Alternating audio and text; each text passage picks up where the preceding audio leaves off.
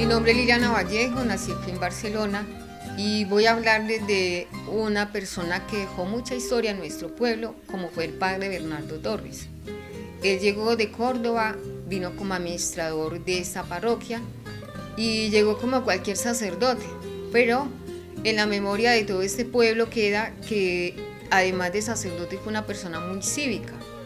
Él trabajó además de la parte pastoral y espiritual, trabajó también para que en Barcelona hubiese pavimento, hubiese alcantarillado. Las señoras de aquella época, las que iban a misa, se escandalizaban de ver un sacerdote que se quitaba su sotana y se ponía una pantaloneta para ir al parque a jugar con los muchachos, que llama a las niñas de aquella época, a las más hermosas, para que formaran un equipo de baloncesto que fue muy famoso llamado Amapolas. El padre, además de la parte deportiva, se preocupó mucho por la parte educativa. En la época en que el padre llegó aquí a Barcelona solamente existía la escuela primaria y solamente estudiaban los jóvenes que podían el bachillerato. Entonces cuando él llegó, él dijo: no señor, aquí ustedes tienen que educarse, tienen que pensar en un futuro, tienen que tener sueños y grandes sueños. Entonces llamó a los muchachos y como la situación económica era muy difícil, él mismo les aportaba los cuadernos para iniciar una educación secundaria. Las mujeres de aquella época no estudiaban porque debían prepararse era para sus hombres, para tener sus hogares, sus hijos y no pensar en educación. Pero él también dijo que era muy importante que la mujer se educara. Entonces él comenzó el bachillerato, él mismo le aportaba los cuadernos, la matrícula, todo con tal de que fueran a estudiar. Venían de otros pueblos como Córdoba, Pijao. El padre tenía un lema que era que al colegio se iba a estudiar, no a demostrar poder económico. Por lo tanto, a él no le gustaba que la gente llegara, los que podían, con, digamos, en aquella época cuadernos de marca, todos tenían sus cuadernos igualmente. Él salía en las noches también, más o menos a las 8 de la noche en su moto, a hacer un recorrido por el pueblo, y aquellos jóvenes que encontraban en la calle, después de aguantarse un coscorrón y un jalón de orejas, tenían que irse para su casa. El toque de campanas era a las 8 de la noche, era como un toque de queda. Él tocaba la campana y ningún joven debía estar en la calle. El catecismo fue aprovechado por él para también atraer a la gente a la iglesia y a las labores educativas. Él también formó un club juvenil que funcionaba al lado del templo, donde las señoras iban a aprender modistería y otras artes. Los jóvenes iban a jugar tenis, entre otros, a ver televisión, porque la parroquia también era una de las pocas casas, digamos, que tenían un televisor. Entonces muchos aprovechaban para ir a ver la televisión también allí donde el padre. El padre dejó un gran legado en todos los corazones, no solamente, como dije, en la parte espiritual, sino en la parte cívica. Él nos enseñó que hay que luchar, hay que soñar en grande. El colegio, por ejemplo, sin tener nada, arrancó de la nada. Él se tomó un lote que no era de su propiedad, era el comité de cafeteros, y ahí empezó a construir las 2 primeras aulas. Cada año se tomaba otro pedacito y iba construyendo.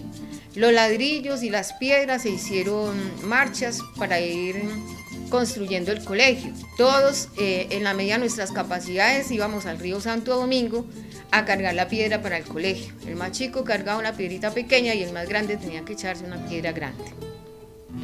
El padre también, además, nunca dejó de querer nuestro pueblo.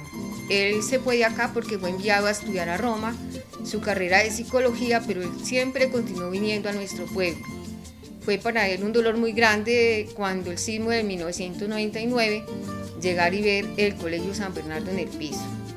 Pero como siempre fue el primero en dar ánimo y decir que hay que levantar, hay que volver a resurgir de las cenizas como el ave fénix. Ahora hablaré un poquito de mi abuela. Mi abuela Nacelia Mejía fue la segunda persona que manejó el expendio de gasolina en nuestro pueblo. Ella no tenía en ese tiempo un surtidor, tenía que llenar unas canecas, iba hasta Cartago por ellas y en camionetas o en los carros de aquella época los transportaba hasta aquí.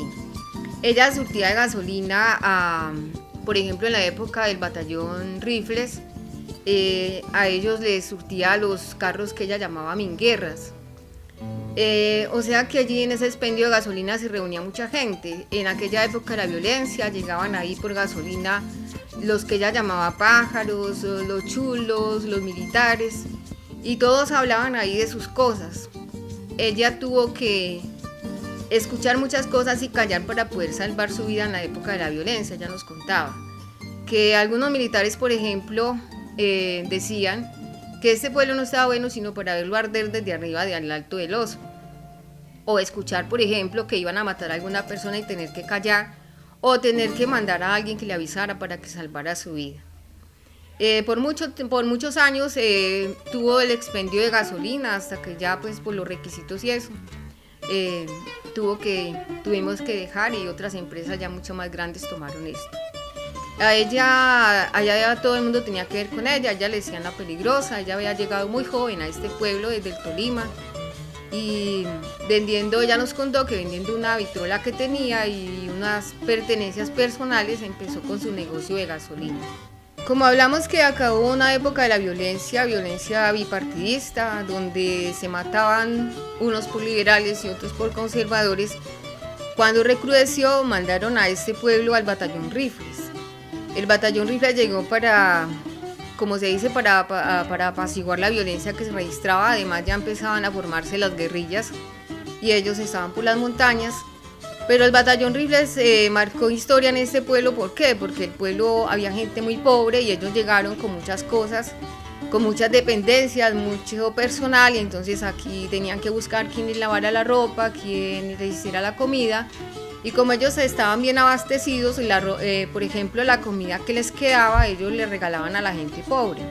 Entonces el batallón Rifles fue muy querido en este pueblo, y el pueblo floreció durante su época porque también incrementó el comercio. Este pueblo se movía mucho y ellos estaban seguros, los comerciantes, mientras el batallón estuvo. Ya cuando ellos se fueron, ya los comerciantes por la violencia misma tuvieron que irse a otras partes, especialmente a Armenia, a Calarcá. Que recordamos como algo fue que ellos llegaron acá, pues como eran militares, casi todos llegaban sin sus esposas, y acá pues encontraron mujeres muy lindas, muy hermosas, se enamoraron de ellas, dejaron hijos, y solo quedó eso, los hijos, porque ellos se fueron, nunca volvieron. Y muchos de nosotros, hijos de aquellas personas que llegaron con el batallón Rifles, de solamente nos queda la memoria y la historia.